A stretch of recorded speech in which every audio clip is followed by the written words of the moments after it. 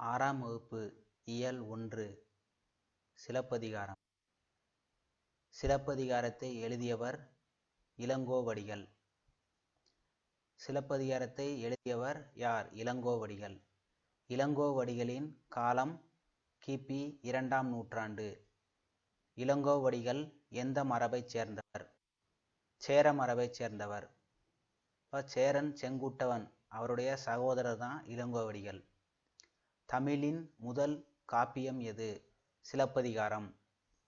சிலப்பதிகாரத்தின் வேறு சில பெயர்கள் முத்தமிழ் காப்பியம், குடிமக்கள் காப்பியம். இரட்டை காப்பியங்கள் என அழைக்கப்படுபவை சிலப்பதிகாரமும் மணிமேகலையும். சிலப்பதிகாரத்தை எழுதினவர் இளங்கோவடிகள், மணிமேகலை எழுதினவர் சீத்தலை சாத்தனார். திங்களை போற்றுதும் திங்களை போற்றுதும் என்று பாடியவர் இளங்கோவடிகள். பிரித்து எழுதுக.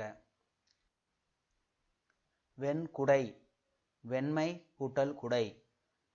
பொற்கோட்டு, பொன் கூட்டல் கோட்டு. கொங்கலர், கொங்கு பிளஸ் அலர். அவன் அலி போல், அவன் கூட்டல் அலி போல். அருஞ்சொற்பொருள். திங்கள் நிலவு, கொங்கு மகரந்தம், அலர் மலர்தல், திகிரி ஆணை சக்கரம். பொற்கோட்டு பொன் மயமான சிகரம். மேரு இமயமலை. நாமநீர் அச்சம் தரும் கடல். அலி கருணை. தார் மலர். காணி நிலம். காணி நிலம் வேண்டும் பராசக்தி, காணி நிலம் வேண்டும் என்று பாடியவர் பாரதியார். பாரதியாரின் காலம் 20ஆம் நூற்றாண்டு. பாரதியாரின் இயற்பெயர் சுப்பிரமணியம். பாரதியாருக்கு பாரதி என்ற பட்டத்தை வழங்கியவர் எட்டயபுர மன்னர். தன் பாடல்கள் மூலம் மக்களிடம் விடுதலை உணர்வை ஊட்டியவர் பாரதியார். மண் உரிமைக்காகவும் பெண் உரிமைக்காகவும் பாடல்கள் பாடியவர் பாரதியார். காணி நிலம் இடம்பெற்ற பாடல் தொகுப்பு பாரதியார் கவிதைகள். பாரதியார் இயற்றிய நூல்கள் எவை? கண்ணன் பாட்டு, குயில் பாட்டு, பாஞ்சாலி சபதம். அருஞ்சொற்பொருள். கிணறு கேணி. சித்தம் உள்ளம். மாடங்கள் மாளிகையின் அடுக்குகள். காணி நில அளவை குறிக்கும் சொல். சிறகின் ஓசை. பறவைகள் இடம்பெயர்தலை எவ்வாறு அழைக்கிறோம்? வலசை போதல். எந்த வகை பறவைகள் வலசை போகின்றன? நீர்வாழ் பறவைகள். பறவைகள் எவற்றை அடிப்படையாக கொண்டு இடம்பெயர்கின்றன? நிலவு, விண்மீன், புவியீர்ப்பு புலம்.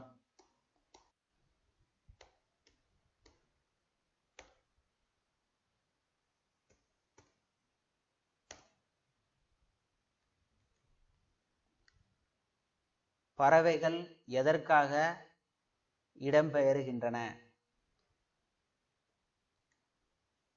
உணவு, இருப்பிடம், தட்பவெப்பநிலை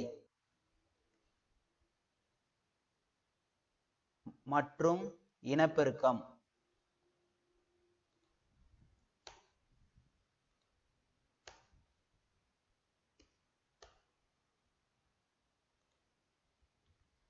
பறவைகள் எதற்காக இடம்பெயர்கின்றன? உணவு, இருப்பிடம், தட்பவெப்பநிலை மற்றும் இனப்பெருக்கம்.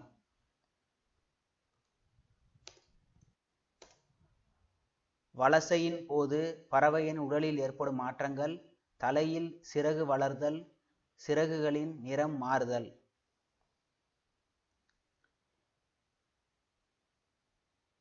உடலில் கற்றையாக முடி வளர்தல்.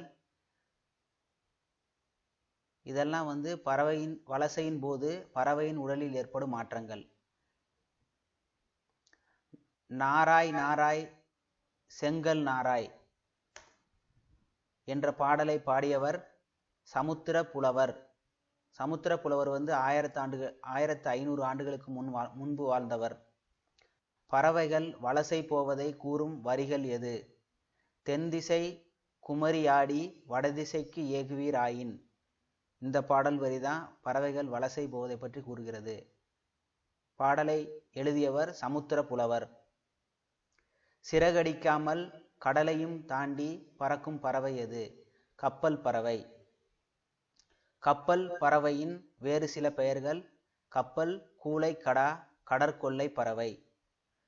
கப்பல் பறவை தரை இறங்காமல் எத்தனை கிலோமீட்டர் பறக்கும்? 400 கிலோமீட்டர். தற்போது அழிந்து வரும் பறவை இனம் எது? சிட்டுக்குருவி, வேகமாக பறக்கக்கூடியது. இமயமலை தொடரில் 4000 மீட்டர் உயரத்தில் வாழும் பறவை இனம் சிட்டுக்குருவி. சிட்டுக்குருவியின் ஆயுட்காலம் 10 முதல் 13 ஆண்டுகள். காக்கை குருவி எங்கள் சாதி என்று பாடியவர் பாரதியார். காக்கை குருவி எங்கள் சாதி என்று பாடியவர் பாரதியார். மனைவி சமைப்பதற்கு வைத்த அரிசியை சிட்டுக்குருவிகளுக்கு போட்டுவிட்டு பட்டினியாய் இருந்தவர் யார்? பாரதியார். இப்போ நீங்கள் தமிழில் 100க்கு 100 எடுக்கணும் அப்படின்னா ஃபுல்லு ஸ்கூல் புக்கையும் தமிழ் புக்கை நீங்கள் கண்டிப்பாக படிச்சிருக்கணும். ஏன்னா இந்த மாதிரி ஒரு சில உரையாடல் இல்லாட்ட கதை துணைப்பாடம் சொல்லுவாங்களே, இந்த மாதிரி இதெல்லாம் நம்ம கண்டிப்பாக படிச்சுக்கணும். ஏன்னா அதில் இந்த மாதிரி சில கொஸ்டின்கள் இருக்குது. இப்போ இடையிலே பார்த்தீங்கன்னா நாராய் நாராய் செங்கல் நாராய் பாடல் வரிகள் இந்த மாதிரி கேட்டுருவாங்க. இதெல்லாம் படித்தது யார்? தென் திசை குமரியாடி வடதிசைக்கு ஏகுவீராயின். இந்த பாடல் வரிகளை படித்தது யார்? அந்த பாடல் வரிகளில் என்ன கூறுகிறது? இந்த மாதிரி கொஸ்டின் கேட்பாங்க. அதனால் நீங்கள் ஃபுல்லாக A to Z படித்தாதான் தமிழில் 100க்கு 100 எடுக்க முடியும். தமிழில் நீங்கள் எடுக்கிற ஸ்கோர் தான் உங்களுடைய வெற்றியை தீர்மானிக்கும். அதனால் எல்லாமே A to Z நீங்கள் படிச்சுக்கிறது ரொம்ப நல்லது. உலக சிட்டுக்குருவிகள் தினம் மார்ச் 20. இந்தியாவின் பறவை மனிதர் டாக்டர் சலீம் அலி. டாக்டர் சலீம் அலி தன் வாழ்க்கை வரலாற்று நூலுக்கு இட்ட பெயர் சிட்டுக்குருவியின் வீழ்ச்சி, த ஃபால் ஆஃப் ஸ்பேரோ. மனிதன் இல்லாத உலகில் பறவைகள் வாழ முடியும், பறவைகள் இல்லாத உலகில் மனிதன் வாழ முடியாது என்று கூறியவர் யார்? டாக்டர் சலீம் அலி. பறவை பற்றிய படிப்பு ஆர்னித்தாலஜி. உலகிலேயே நெடுந்தொலைவு பயணம் செய்யும் பறவை இனம் ஆர்டிக் ஆலா. 22,000 கிலோமீட்டர் பயணம் செய்யக்கூடியது. சமுத்திர புலவரால் பாடப்பெற்ற பறவை நாரை. கிழவனும் கடலும். கிழவனும் கடலும் என்ற நூலின் ஆசிரியர் எர்னஸ்ட் ஹெமிங்வே. கிழவனும் கடலும் நூல் நோபல் பரிசு பெற்ற ஆண்டு 1954. கிழவனும் கடலும் நூல் நோபல் பரிசு பெற்ற ஆண்டு 1954. இயற்கைக்கும் மனிதனுக்கும் நடக்கும் போராட்டத்தின் கதை கிழவனும் கடலும். கிழவனும் கடலும் கதையின் நாயகன் சாண்டி யோகா மற்றும் அவருடன் இருக்கும் சிறுவன் மனோலி. இந்த இருவரும் தான் கிழவனும் கடலும் கதையின் நாயகர்கள். முதல் எழுத்தும் சார்பெழுத்தும்.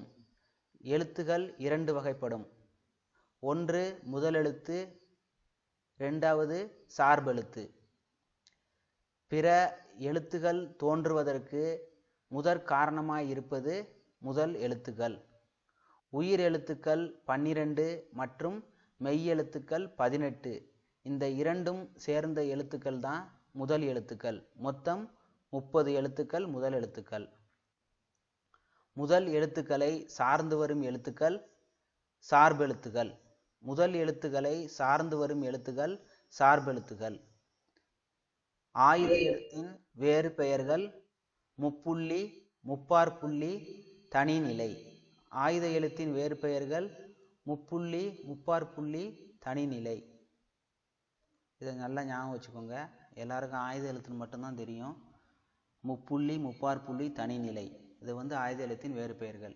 ஆயுத எழுத்தின் சிறப்பு. குறில் எழுத்துக்கும் வல்லின உயிர்மை எழுத்துக்கும் இடையில் மட்டுமே வரும், தனித்து இயங்காது. இதுதான் ஆயுத எழுத்தோட சிறப்பு. ஆயுத எழுத்தின் சிறப்பு குறில் எழுத்துக்கும் வல்லின உயிர்மை எழுத்துக்கும் இடையில் மட்டுமே வரும், தனித்து இயங்காது. அறிஞர் பொருள். கடல், பறவை, ஆழி. கடல்னா பறவை, ஆழி. புல், பறவை.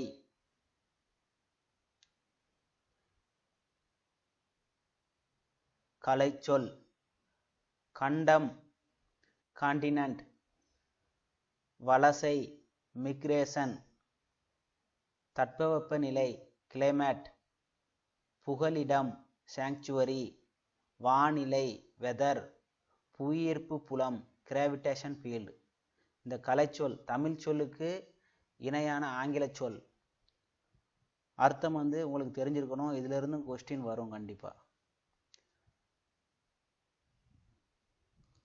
6ஆம் வகுப்பு இயல் 2 முடிஞ்சது. இப்போ 6ஆம் வகுப்பு இயல் 3 பார்ப்போம். இயல் 3ஓட தலைப்பு அறிவியல் தொழில்நுட்பம். இதில் ஒரு 3-4 பாடம் கொடுத்துருப்பாங்க, அதை பார்க்கலாம். அறிவியல் ஆத்திச்சூடி. ஆசிரியர் நெல்லை சு. முத்து.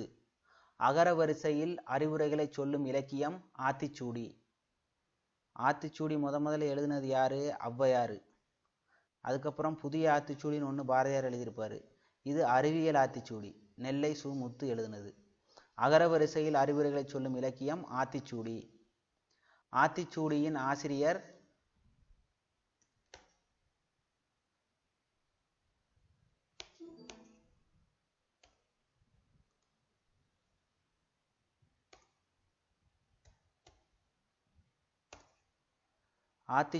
ஆசிரியர் ஔவையார். காலத்திற்கு ஏற்றவாறு புதிய ஆத்திச்சூடி எழுதியவர் பாரதியார். தம்மை ஒத்த அலைநீளத்தில் சிந்திப்பவர் என்று அப்துல் கலாம் அவர்களால் பாராட்ட பெற்றவர் யார்? நெல்லை சு. முத்து.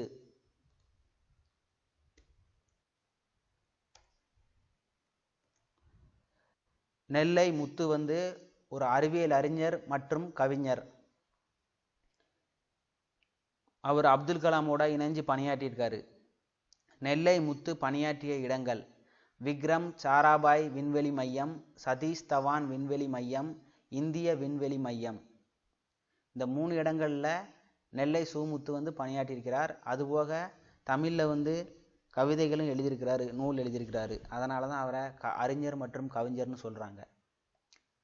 எதிர்ச்சொல்: அணுகு, விலகு, ஐயம், தெளிவு, ஊக்கம், சோர்வு, உண்மை, உண்மைனா பொய்மை, பிரித்து எழுதுதல்.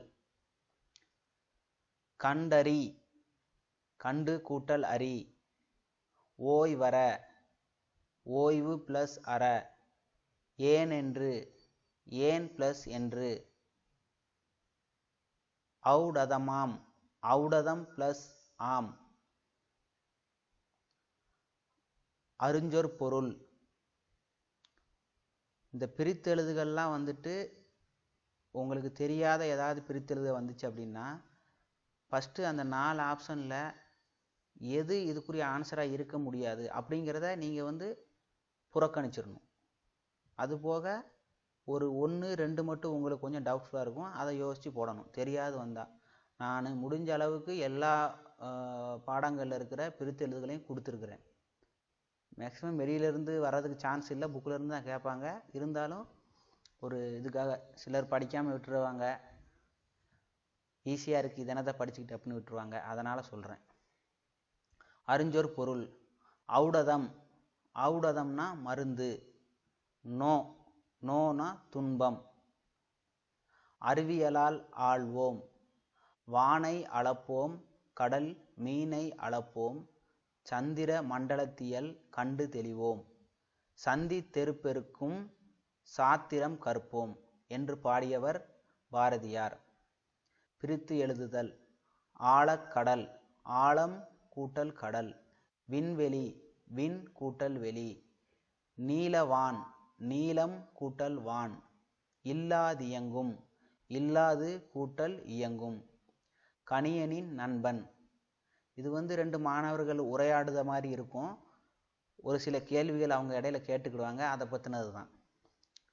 இதையும் படித்து வச்சுக்கோங்க, எதையுமே புறக்கணிக்காதீங்க.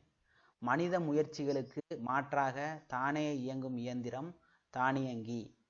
மனிதர் போல் இல்லாவிட்டாலும் மனிதர்கள் போல் செயல்களை நிறைவேற்றும் என்று தானியங்கிக்கு விளக்கம் அளித்தது பிரிட்டானிகா கலைக்களஞ்சியம். ரோபோ என்னும் சொல்லை முதலில் யார் எப்பொழுது எதற்காக பயன்படுத்தினர்? 1920ஆம் ஆண்டு காரல் கெபெக் என்பவர் தான் எழுதிய நாடகத்தில் முதலாக ரோபோ என்ற வார்த்தையை பயன்படுத்தினார். ரோபோ என்ற வார்த்தையை முதலில் பயன்படுத்தியது யாரு? காரல் கெபெக். பயன்படுத்திய ஆண்டு 1920. சூழ்நிலைகளை உணர தானியங்கிகளில் எது பயன்படுகிறது? நுண்ணுணர்வு கருவிகள். சென்சர்னு சொல்லுவாங்க பார்த்தீங்களா, நுண்ணுணர்வு கருவிகள், அதுதான் பயன்படுது. எந்திர மனிதர்களுக்கும் தானியங்கிக்கும் உள்ள வேறுபாடு எது? செயற்கை நுண்ணறிவு. உலகிலேயே ரோபோவுக்கு குடியுரிமை வழங்கிய முதல் நாடு சவுதி அரேபியா. இது ஜிகேல கூட வர சான்ஸ் இருக்கு. உலகிலேயே ரோபோவுக்கு குடியுரிமை வழங்கிய முதல் நாடு சவுதி அரேபியா. சவுதி அரேபியாவில் குடியுரிமை பெற்ற உலகின் முதல் ரோபோ சோபியா. குடியுரிமை வழங்கியது சவுதி அரேபியா. அந்த ரோபோவின் பெயர் சோபியா. ஐநா சபை சோபியா என்ற ரோபோவிற்கு எந்த பட்டத்தை வழங்கியது? புதுமைகளின் வெற்றியாளர். இதுவே ஐநா சபை உயிரில்லாத ஒரு பொருளுக்கு வழங்கிய முதல் பட்டம். இந்த 3 கொஸ்டினையும் நல்லா படித்து மனசில் பதிய வச்சுக்கோங்க. ரோபோவுக்கு குடியுரிமை வழங்கிய முதல் நாடு சவுதி அரேபியா. அந்த ரோபோவோட பெயர் சோபியா. அந்த சோபியாவுக்கு ஐநா சபை வழங்கிய பட்டம் புதுமைகளின் வெற்றியாளர். ஒளி பிறந்தது. குழந்தைகளிடமும் மாணவர்களிடமும் அன்பு காட்டியவர் அப்துல் கலாம். அப்துல் கலாமுக்கு தமிழில் பிடித்த நூல் எது? திருக்குறள். லிலியன் வாட்சன் எழுதிய அப்துல் கலாமுக்கு பிடித்த நூல் விளக்குகள் பல தந்த ஒளி, லைட்ஸ் ஃப்ரம் மெனி லேம்ப்ஸ்.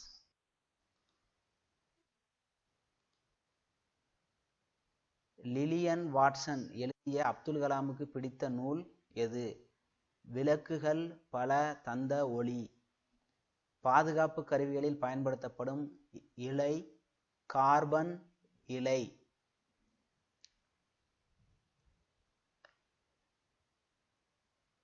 கலைச்சொல் செயற்கை நுண்ணறிவு, ஆர்டிஃபிஷியல் இன்டெலிஜென்ஸ்.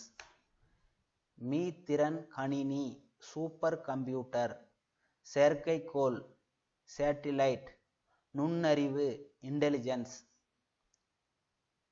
சமச்சீர் கல்வி புக்கில் கொடுத்துருக்க இந்த கலைச்சொல்கள் இருந்து தான் கொஸ்டின் கேட்பாங்க. இது தவிர வெளியே தேவையில்லாத சொற்களுடைய கொடுத்து அதுக்குரிய மீனிங்லாம் கேட்க மாட்டாங்க. அதனால் இதில் உள்ளதை படித்தாலே போதும், வேறு எதுவும் எக்ஸ்ட்ரா பார்க்கணுங்கிற அவசியம் இல்லை.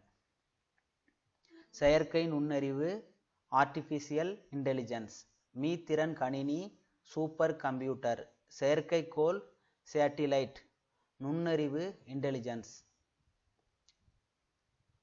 மாணவர்களே, தொடர்ந்து நம்ம சேனலில் போடுற வீடியோ பதிவை பாருங்கள், சப்ஸ்கிரைப் பண்ணுங்கள், லைக் பண்ணுங்கள், ஷேர் பண்ணுங்கள். நன்றி.